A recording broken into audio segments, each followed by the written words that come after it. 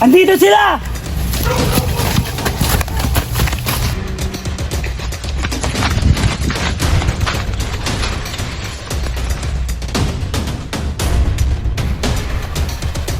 Gusto mo Ibarra?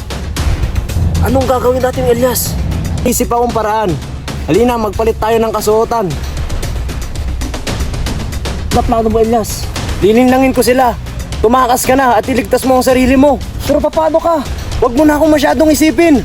Gusto mo Ibarra? Na sila, tumakas ka na at iligtas mo ang sarili mo.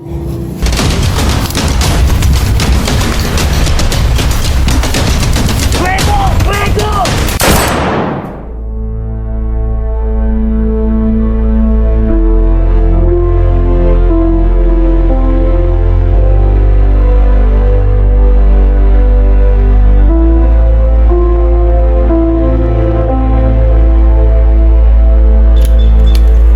Tara na, alam mo ito.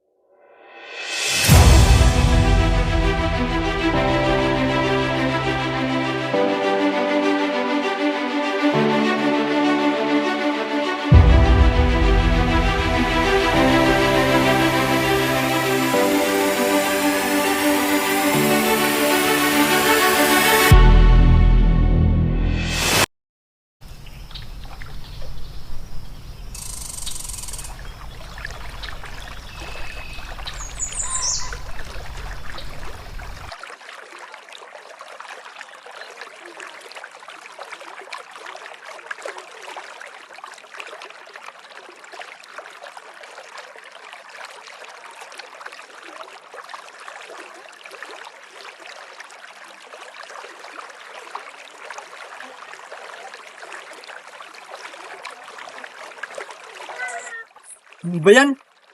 Napakabagal ng bapor na ito. Pati ang mga bangkang yan. Ano ba yan mga yan? Bakit napakabagal? Nakakainis, umagang umaga. Pati mga Indyo, sa ilog na naliligo, nakakadiri. Hay! Kapitan, bakit napakabagal ng bapor na ito? Hindi ba kayang bilisan ng makina? Sapagkat sasadsad tayo sa palayan, senyora.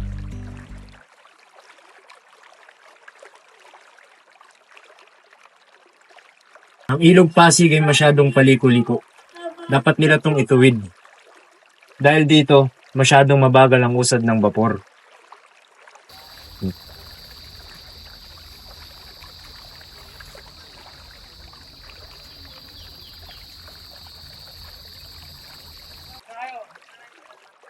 Tama. Dapat hanapan nila ng paraan kung paano palalimin ng ilog Pasig. Upang sa ganun, ay mapabilis ang pagdaong ng mga bapor at iba pang sasakyang pandagat.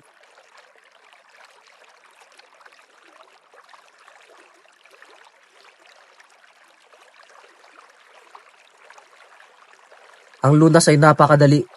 Tila di ko mawari kung bakit ni isa sa atin ni nakapag-isip nito. Magbungkal o magbukas ng bagong ilog sa Manila at sirhan ang dating ilog sa Pasig.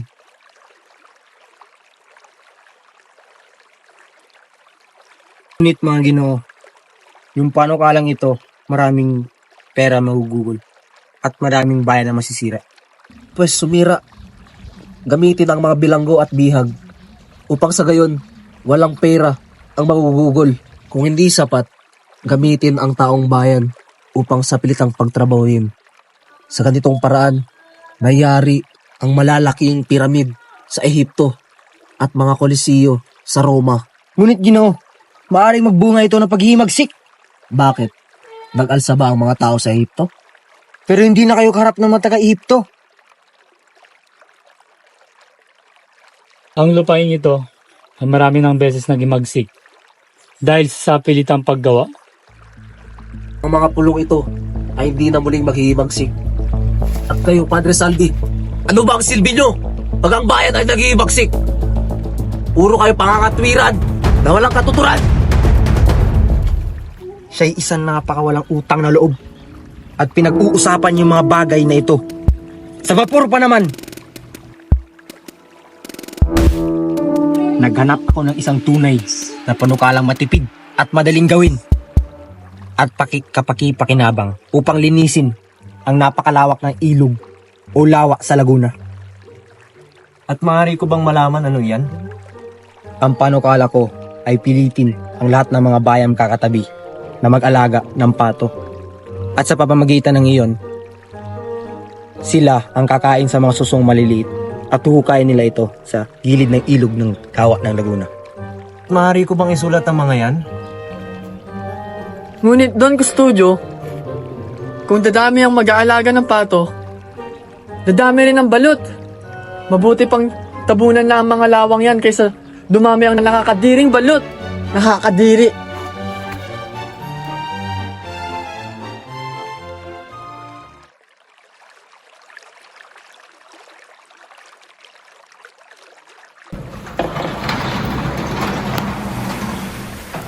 Tinitiyak ko hindi matutuloy ang akademya ng wikang Kastila. May tutuloy po, Kapitan Basilio. Inaantay din namin ang vehiculo. At nirigaluhan namin si Padre Irini ng dalawang kabayo. Nangako din siya sa amin na maglipad-lipad sa inyo. Sasalungatin iyan, si Padre Sigila. Ayan yung salungatin. Dahil narinig to sa rapor upang makipagkilala sa General na nasa Los Baños. Makakuha man kayo ng pahintulot, saan kayo kukuha ng salaping gugulugin para sa proyektong iyan? Meron na po. Ang bawat estudyante ay aambag. Ang magtuturo. Ang mayamang si Macaray ay nagdalok ng isa sa kanyang mga bahay. Hindi naman masama ang proyektong iyan. Sa panahong ito, hindi na pinag-aaralan ang Latin. Ang pinag-aaralan ang wikang Kastila. Doon natin nakikita na lumalakad tayo ng pahurog. Alam mo Basilio, dati kapag nagmumungkahi ka, iniisip na nila itong adlang sa halip na magandang bagay. Gusto nila kontrolin ang lahat. Parang lang ang bilyar, makinis at mabilog.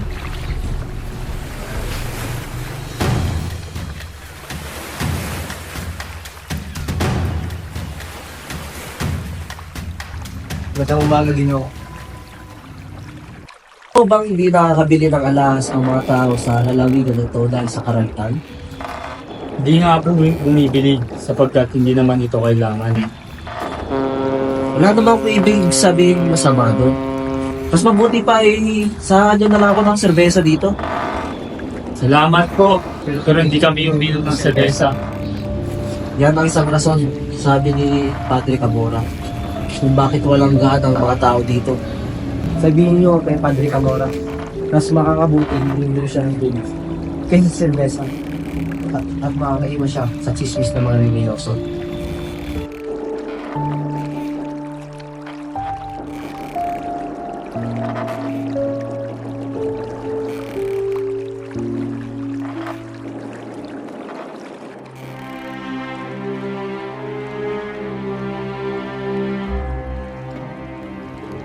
Bakit mapusok ka ngayon?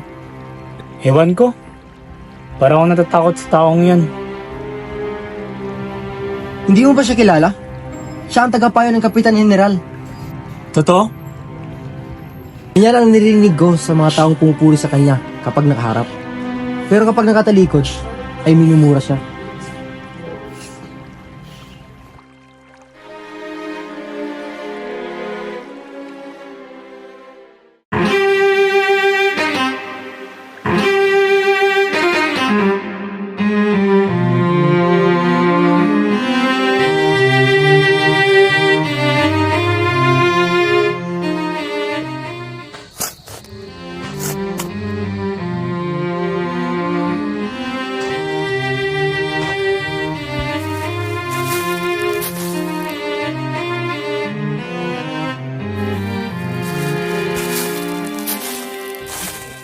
Tutulungan ko ba kayo? Dino.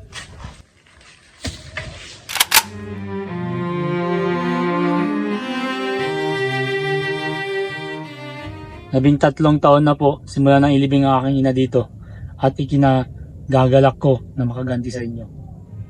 Sino ka? At ano ang ginagawa mo dito? Isang taong dakila, isang taong iniisip ng lahat, Maliban sa akin, napatay na. Basilio, nakakapatid ka ng isang lihim na maaaring kasawi ko. Hindi kita papatayin sa pag-asang hindi ko ito pagsisisihan.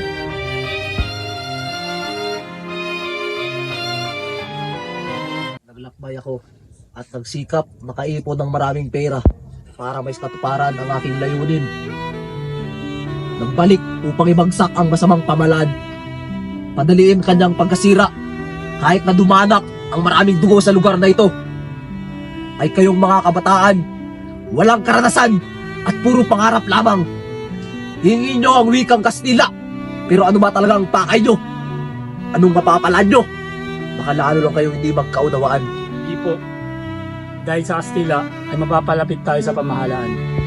Magiging sanhi ito ang paglapit-lapit ng mga pulo. Isang pagkakamali. Ano ang gagawin nyo sa wikang Kastila? Patayin ang wikang katutubo? Ha? Anong bang gusto nyo? Ipalalim ang kaisipan sa ibang isipan at maging malaya? Lalo lang kayong magiging alipin sa inyong ginagawa. Sa halip, tulungan mo ako, Basilio. Gamitin mo ang impluensya ng mga kabataan para labanan ang maling paniniwala. Yan ang aking dahilan para gusto kitang mabuhay pa, Basilio. Ginoo, malaking karangalan para sa akin na malaman ang iyong mga plano. Pero hindi ko kayang gawin ang gusto nyo. Ang hangarin ko lang ay pagalingin ang mga sugat ng mga aking mga kababayan. Kahit hindi ka pa handa sa inasahan kong pag-asa.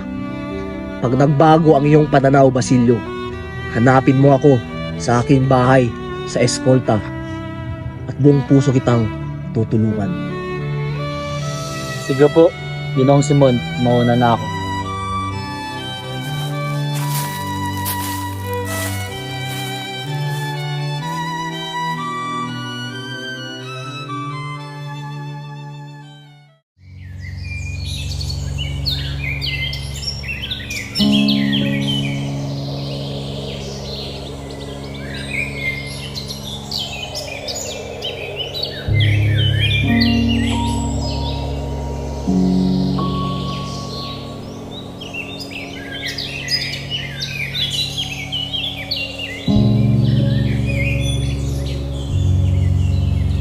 Dahil magiging gabi ng oras sa klase, hadlang at makakasira ito sa kagandahan kasal ng mga mag-aaral. Laban ito sa karangalan ng universidad. Kung makasira, hindi makasira, mapipilitan ba ang universidad na sumunod sa estudyante? Kung hindi, para saan pa ang universidad? Hadlang ba ito sa pagkatuto? Hinay-hinay lang mga Ginoo. Hindi ako kampi sa mga private. Alam niyo namang makabago ang pananaw ko. Pero dapat, ibigay sa nararapat ang pagkilala. Ang para lang artes e officios ay pinaghirapan din nila. Hanggat wala pa tayong malinaw na ebidensya, huwag muna tayong magduda sa pangalaan. Unti-unti nang nagkaroon ng pag-asa. Binuksan na ng Espanya ang silangan para sa Pilipinas. Dapat natin palakasin ang gobyerno at ipakita ang tiwala natin. Akala ko may tagumpay ng petisyon at kaya tayo tinawag para ay para ibalita yun. Baka bukas, makita na natin ang bunga ng ating pagsisikap.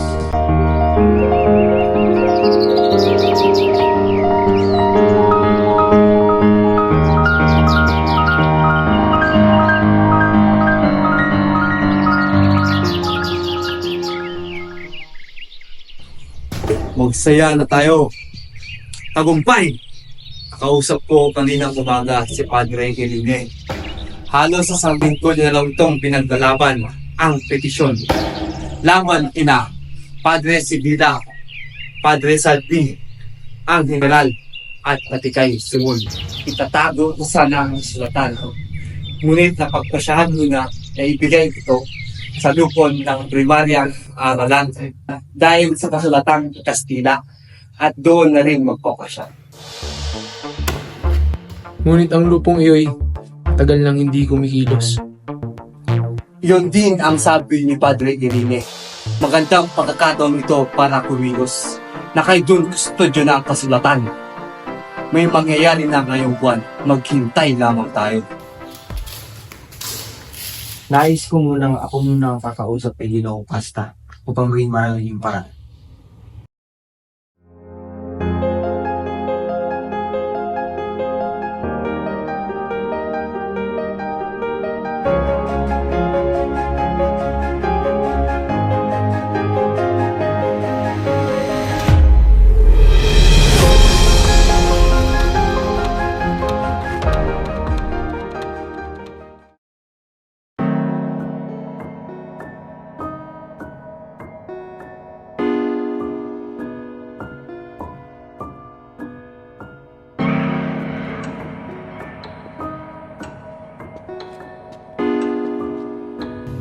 Ang hustisya ay hindi para sa mahirap.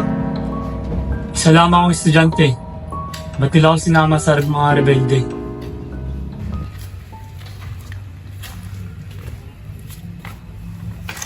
Ikaw, Basilio. Alam namin kasama mo si Simon. Nakita ka sa sementeryo.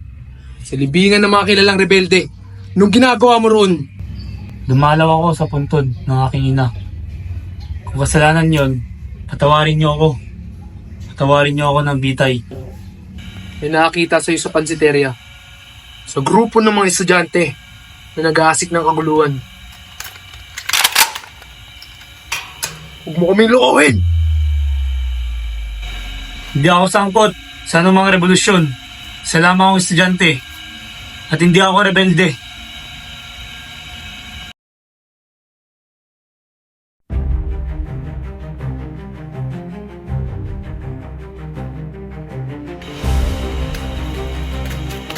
Uy, bisita ka.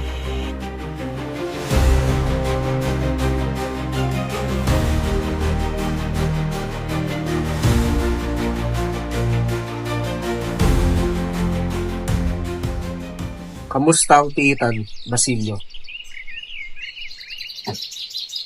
Anong halaga ng kalayaan kung kaluluwa ko ang kapalit?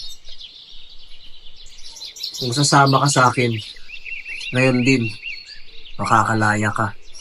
Maniwala ka sa akin.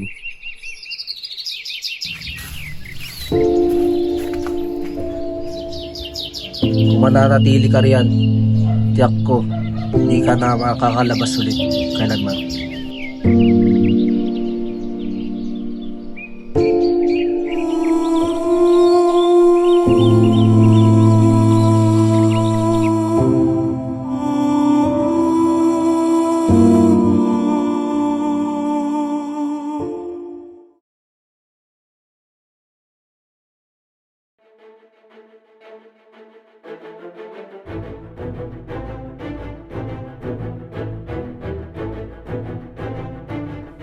Apat na buwan na mula nang tanggihan ko ang alok nyo.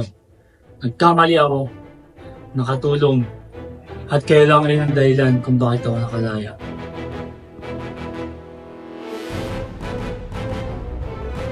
Tama kayo. Kaya narito ako ngayon para humingi ng sandata at simulan ang imagsikan.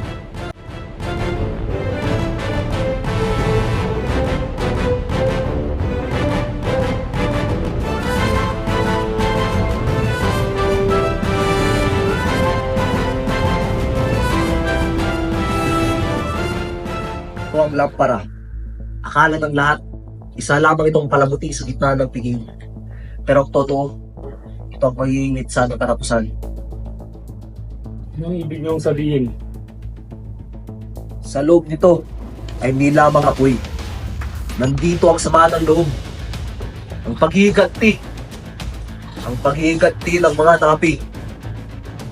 20 minuto matapos ang sindihan, naalam na mga ilaw sa lugar na ito. At kapag tinasan ng mitsa, Sabog. oo, Basilio, may kapsula sa loob nito. At hindi lamang iyan, ang sahig at bubong, ang silid kayo na punong ng pulbura. Pag sumabog ang lampara na ito, sasabog din ang buong silid. Lahat ng nasa piging, mawawala. Mga walang palay. Kasama ang mga sinisente. Walang inisente. Walang inosente sa sistema ito, Basilio. Sa nakikita mo, lahat sila ay nakikinabang sa pagturusan ng iba. At kung masasawi man sila, yun ay bahagi ng ating plano. Ano bahagi ko dito? Ikaw ang saksi, Basilio. At ikaw rin ang magpapatuloy ng aking plano. Kung ako'y nabigo.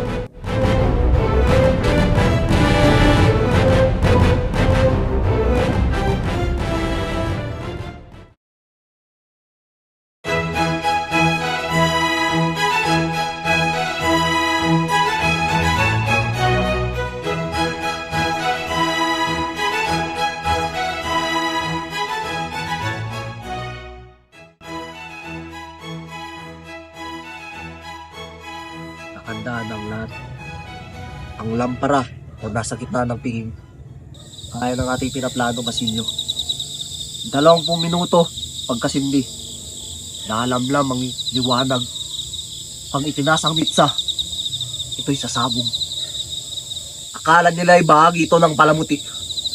Di nila alam. Lahat ng makapangyarihan ay naroon. Ang Kapitan General, mga praile, mga may-ari ng lupa na ito. Isang pagsabog, isang buhos ng paghihiganti. Wala na bang atrasan? Wala nang atrasan to, Basilio.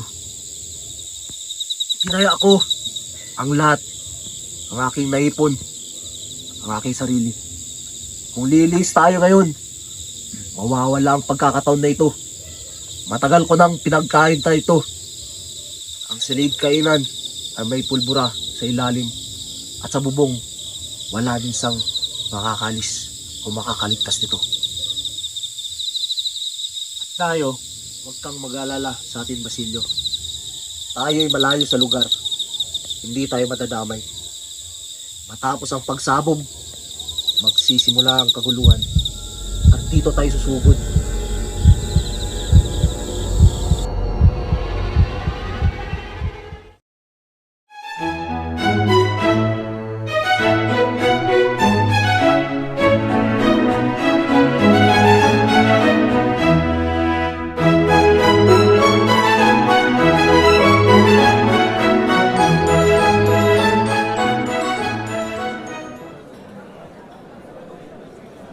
Parang humihila ng ilaw ng harap.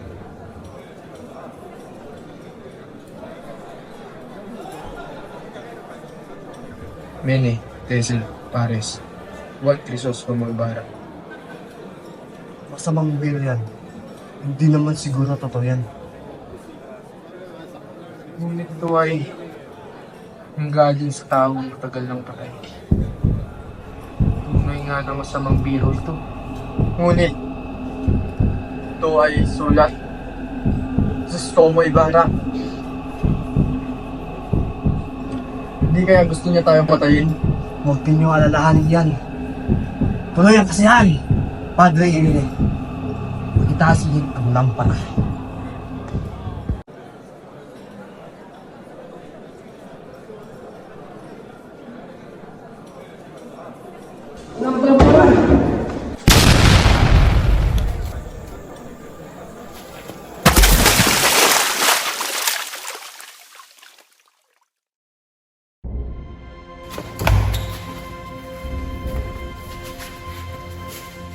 Ba't ako nabigo?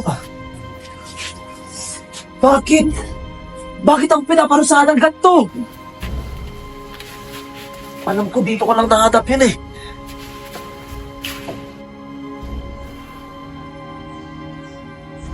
Tapos na ang aking misyon. Ito na ata ang sagot sa aking problema.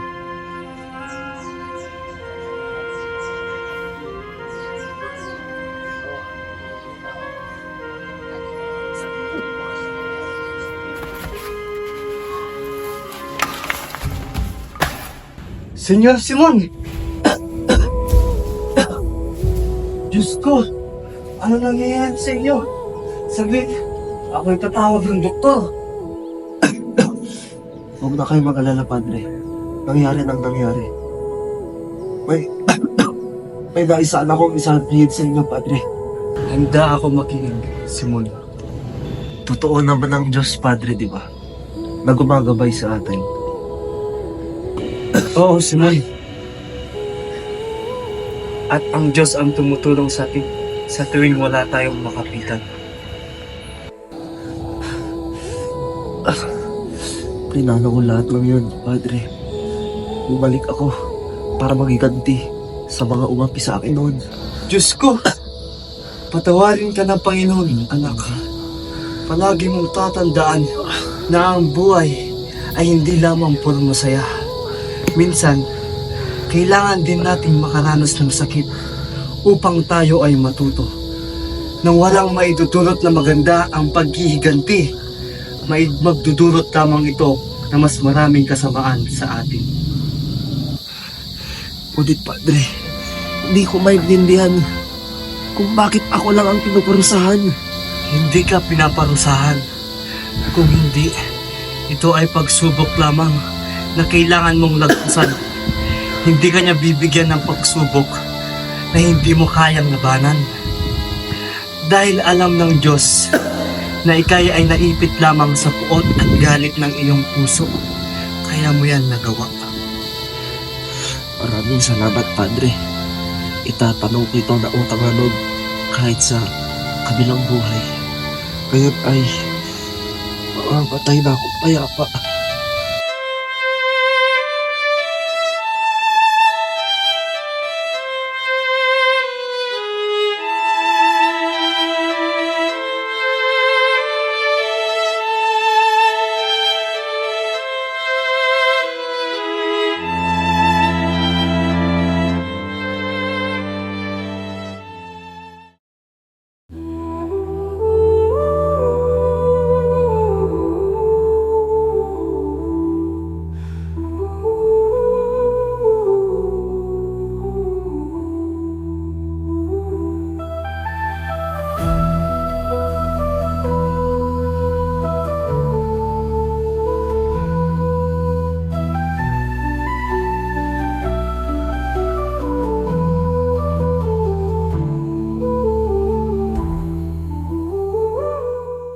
Kayong mga hiyas ay naging daan sa kasakiman at kasamaan.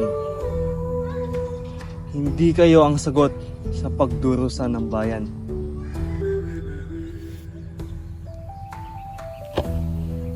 Magsilubog kayo, yaman ng kasamaan.